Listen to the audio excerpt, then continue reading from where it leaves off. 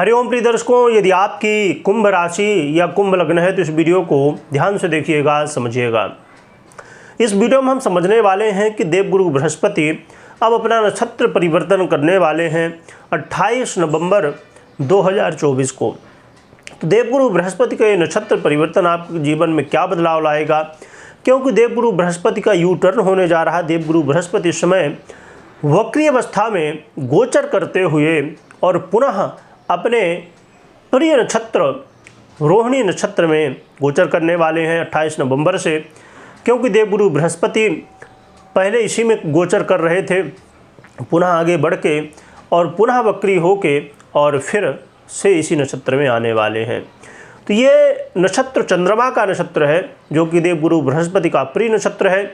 और चंद्रमा और देवगुरु बृहस्पति की युति को गज केसरी योग का नाम दिया गया है, जो कि बड़े राजयोगों में से एक है। कहा जाता है जिसकी जन्म कुंडली में यदि संपूर्णतः अच्छी स्थिति में शुभ फल देने वाला, संपूर्ण फल देने वाला गज केसरी योग बन जाए तो उसके जीवन में किसी भी तरह की कोई कमी नहीं रहती। चाहे धन हो, मान सम्मान हो, विद्या हो, वाणी हो, हर एक तरह की पुत्र धन आदि सभी कुछ प्राप्त हो जाता है। तो यहाँ पर देवगुरु बृहस्पति और चंद्रमा की देखा जाए तो युति तो नहीं है, परंतु जब चंद्रमा के नक्षत्र में ही देवगुरु बृहस्पति रोहिणी नक्षत्र में गोचर करेंगे तो ये गज केसरी योग के समान फल देने वाला प्रभाव देखने को आपको मिलेगा। परंतु यहाँ पर ये ध्यान में रखिए कि देवगुरु बृहस्पति 28 नवंबर से 2024 से गोचर करना शुरू करेंगे, परंतु इनका ये गोचर काल बड़े लंबे समय के लिए है, क्योंकि ये लगभग 4 महीने 10 दिन के लिए ये गोचर काल रहने वाला है। तो देवगुरु बृहस्पति का ये गोचर काल लंबे समय के लिए है। और आप बहुत अच्छी तरह से जानते ही होंगे, यदि राशिफल आप देखते रहते हैं, कि चंद्रमा 2.25 दिन में अपना परिवर्तन करते रहते हैं और 1 महीने के अंदर संपूर्ण भगण को ये गोचर कर जाते हैं, इसे पार कर जाते हैं। तो संपूर्ण जब भगण का गोचर कर लेंगे, यानी कि 12 राशियों का गोचर कर लेंगे, तो पुनः ये जल्द ही चंद्रमा कहाँ पर आ जाएंगे, वृषभ पर, जहाँ पर देवगुरु बृहस्पति गोचर कर रहे हैं। और वो समय बड़ा श्रेष्ठ समय होगा जिस समय देवगुरु बृहस्पति के साथ चंद्रमा होंगे और उनके नक्षत्र में भी हैं। ये बड़ा श्रेष्ठ जो है तो फल देने वाला होगा।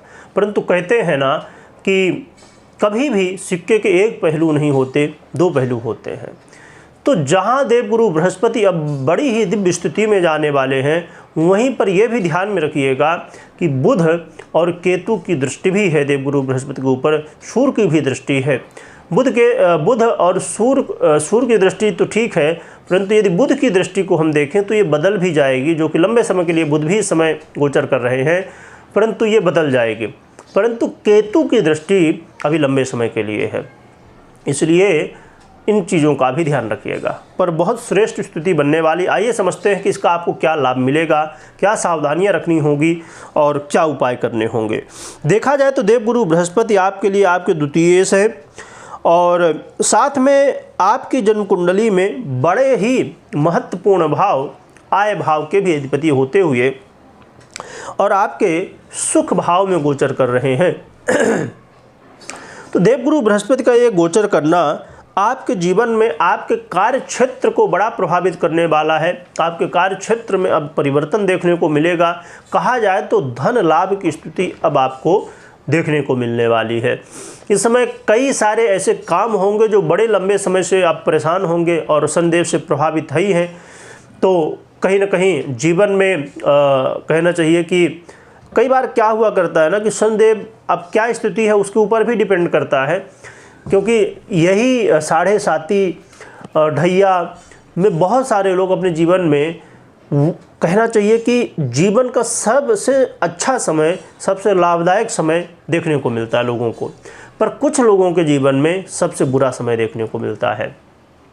कभी भी किसी भी स्थिति को नहीं कहा जा सकता कि बस बुरा ही वो फल दे सकता है, क्योंकि हर एक स्थिति के अलग अलग मायने, अलग अलग ग्रह स्थितियाँ अलग अलग कुंडलियों में होते हैं। परंतु यदि जिन लोगों को इस समय शनिदेव के प्रभाव से कहीं ना कहीं समस्याएं देखने को मिल रही हैं, उनके जीवन में इस समय अब समस्याएं पूरी तरह खत्म तो नहीं होंगी, परंतु हाँ उसमें कमी देखने को मिलने वाली है, खासकर पैसे को लेके जो है तो अच्छी स्थिति इस समय बनने वाली है।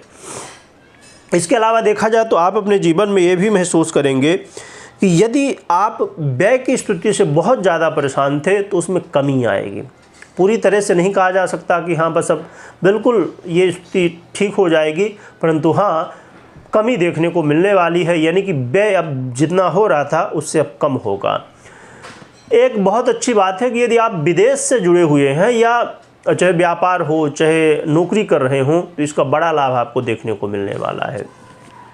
और जो लोग विदेश यात्रा करना चाहते हैं उनके लिए भी ये बहुत अच्छा मौका है कि विदेश यात्रा कर सकते हैं। इसके अलावा आपको इस समय तंत्र मंत्र आदि में रुचि बढ़ेगी, परंतु एक बात ध्यान में रख लीजिएगा, मैं पहले और भी बता दूं फिर इसकी चर्चा करते हैं कि जो लोग रिसर्च वर्क करते हैं उन्हें भी थोड़ा बेनिफिट होगा, और जो लोग परमानेंट विदेश में रहना चाहते हैं उनके लिए भी मौका मिलने वाला है। अब रही बात जैसे मैंने कही कि तंत्र मंत्र आदि में आपकी रुचि बढ़ेगी, ये बहुत अच्छी बात है क्योंकि हमें जानना चाहिए तंत्र मंत्र आदि, क्योंकि आज के समय में इतना भ्रम है कि लोग भ्रमित हो जाते हैं। कई बार आप सोशल मीडिया में वीडियो उठा के देखिए क्या क्या देखने को मिलता है, परंतु यहाँ पर तंत्र मंत्र एक ऐसा कहना चाहिए कि विषय है जिसे आपको बहुत सोच समझ के बिना गुरु के बिना ज्ञान के इसमें आगे नहीं बढ़ना चाहिए। कोई भी विषय हो, हर विषय में आपको ज्ञान होना चाहिए, उसके विषय में कोई आपका गुरु हो, सिखाने वाला हो, वो होना चाहिए। परंतु तंत्र मंत्र आदि एक ऐसे क्षेत्र हैं, ऐसे विषय हैं, इसमें एक छोटी सी गलती हमारे जीवन में कई बड़ी समस्याएं उत्पन्न कर देती हैं। इसलिए अच्छी बात है कि इस समय आपके तंत्र मंत्र में रुचि बढ़ सकती है, परंतु सावधानी के साथ बिना गुरु के बिना ज्ञान के आपको आगे नहीं बढ़ना है। ज्ञान लीजिए, गुरु बनाइए, गुरु से ज्ञान लीजिए, इसके बाद फिर आगे बढ़ने में कोई समस्या नहीं है, इससे कोई नुकसान नहीं है। परंतु हाँ सही होना चाहिए, मार्ग सही होना चाहिए, गुरु होना चाहिए सतमार्ग में चलते हुए। और कभी भी तंत्र मंत्र का प्रयोग हमें किसी के नुकसान के लिए नहीं करना चाहिए। मेरे पास कई बार फ़ोन आते हैं, व्हाट्सएप मैसेज आते हैं कि हमें इसके लिए तंत्र करवाना, इसके लिए मंत्र करवाना, इसके लिए ऐसा करवा दीजिए, वैसा करवा दीजिए। पता नहीं लोगों की क्या क्या अपनी अपनी सोच है। अब ऐसे ऐसे लोगों के फ़ोन कॉल या मैसेज आते हैं कि सुन के लगता है कि बताओ दुनिया किस हिसाब से चल रही। यानी कि लोग चाहते हैं कि भाई इसको मार दो, उसको खा जाओ। अरे भाई तंत्र मंत्र इसके लिए है कि किसी के जीवन में समस्या है, बाधाएं हैं, उसको दूर किया जाए। अब जैसे पति पत्नी में वाद विवाद हो गया है तो कई बार तंत्र मंत्र बड़े प्रभावित होते हैं इस स्थिति को सुधारने में। परंतु अब कहा जाए कि एक पति पत्नी है और पति या पत्नी किसी दूसरे के चक्कर में पड़ गई या पड़ गया, तो उस स्थिति में ठीक है आप वशीकरण कर रहे हो, उसका बेनिफिट है, और वो ठीक है कि आप दाम्पत्य जीवन अपना सुधार रहे हो क्योंकि भाई हमारा पार्टनर गलत रास्ते में चला गया। परंतु कुछ लोग क्या कहेंगे, है ना, दूसरे के पति पत्नी में तंत्र मंत्र कर रहे हैं कि भाई वो आकर्षित हो जाए हमसे।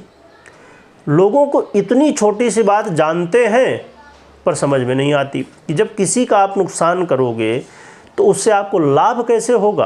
किसी के पति या पत्नी के ऊपर तंत्र करोगे आप आकर्षित करने के लिए दूसरे को, तो आपके जीवन में कल्याण कैसे हो सकता है। और इसी स्थिति को जो लोग ये समझते हैं कि तंत्र मंत्र में जब व्यक्ति पढ़ता है तो उसकी दुर्गति होती है। दुर्गति ऐसे लोगों की ही होती है जो उसका उपयोग गलत करते हैं। जो सही उपयोग करते हैं तो उनकी दुर्गति नहीं होती है, क्योंकि ये भी एक भगवत प्राप्ति का मार्ग बन सकता है यदि आप सही रास्ते से चलें इसमें। क्योंकि ये गंभीर विषय था इसलिए मैंने ज़्यादा जोर डाला, क्योंकि आज के समय में युवा वर्ग और हर एक व्यक्ति पूजा पाठ धर्म कर्म से जुड़ रहा है। बहुत अच्छी बात है, तंत्र मंत्र से जुड़ रहे हैं बहुत सारे लोग, बहुत अच्छी बात है, परंतु सही होना बहुत ज़रूरी है। तो देखा जाए तो प्रिय दर्शकों, आपके जीवन में देवगुरु बृहस्पति का ये गोचर काल श्रेष्ठ है। बस आपको जो चीज़ें मैंने सावधानियां बताई उनका ध्यान रखिए। और सबसे बड़ी बात, जिनकी कुंडली में देवगुरु बृहस्पति चंद्रमा अच्छी स्थिति में है उनको ये परिणाम मिलने वाले हैं, परंतु जिनकी जन्म कुंडली में पीड़ित अवस्था में है उनको ये परिणाम नहीं मिलने वाले हैं या बहुत कम मात्रा में मिलेंगे। इसलिए आप पहले चेक कर लीजिए आपकी कुंडली में महादशा है, अंतर्दशा आदि है यदि देवगुरु बृहस्पति आदि की, तो इसके अच्छे परिणाम मिल सकते हैं। अब रही बात उपाय क्या करना चाहिए, तो उपाय के लिए आप प्रयास करिए यदि संभव हो। यदि आप भारत में रहते हैं तो बिल्कुल आसानी से संभव हो पाता है। यदि आप भारत के बाहर रहते हैं तो कई बार हो पाता, कई बार नहीं हो पाता। कहीं आसपास मंदिर हो वहाँ पर जाके भगवान शिव की आराधना करिए। भगवान शिव की आराधना में विशेष रूप से भगवान शिव को हल्दी चढ़ाइएगा। अभिषेक भी होता है, अभिषेक करिए या जैसे भी भगवान शिव की सेवा करिए, इससे आपका कल्याण होगा। उसमें एक बात का और भी ध्यान रखिए, यदि संभव हो पाए कि वहाँ साफ़ सफाई करने का मौका मिले तो करिएगा, लोगों की हेल्प करने का मौका मिले। कोई जैसे वृद्ध हैं, बहुत लोग अंग से कहीं ना कहीं पीड़ित होते हैं, तो उनकी थोड़ी हेल्प कर दीजिए। समझिए कि कोई मंदिर है ना, उनको सामग्री लेना, आपने ला के दे दिया, भले पैसा उन्हीं का लग रहा है पर आप ला के दे दिए, थोड़ी हेल्प हो गई। या जैसे भी जब भी मौका मिले कोशिश करिए। और इसके साथ साथ में बड़ों का, माता पिता का, गुरुजनों का आशीर्वाद लीजिए, इससे कल्याण होगा। तो ये उपाय आप कर सकते हैं। और लंबे समय के लिए देवगुरु बृहस्पति गोचर कर रहे हैं तो इसका लाभ भी थोड़ा सा धैर्य रखने की आवश्यकता होगी। कई बार लोग ये सोचने लगते हैं कि भाई आज 28 तारीख हो गई, आपने लिखा था, आपने कहा था कि देवगुरु बृहस्पति 28 तारीख से बदलने वाले, तो ये हो जाएगा, हो जाएगा। ये देखिए जादू नहीं है कि 28 तारीख को देवगुरु बृहस्पति बदलेंगे तो बस हो गया, जादू हो जाएगा। अब जरा विचार यदि किया जाए, देवगुरु बृहस्पति कितना, लगभग 4.25 महीने, आप 4 महीने ही पकड़ के चलो, तो थोड़ा सा धैर्य तो रखो। ज़रूरी थोड़ी कि आते ही फल मिल जाए, कई बार मिलता है, कई बार थोड़ी समय लगता है। धैर्य रखने की आवश्यकता है। वीडियो देखने के लिए बहुत बहुत धन्यवाद।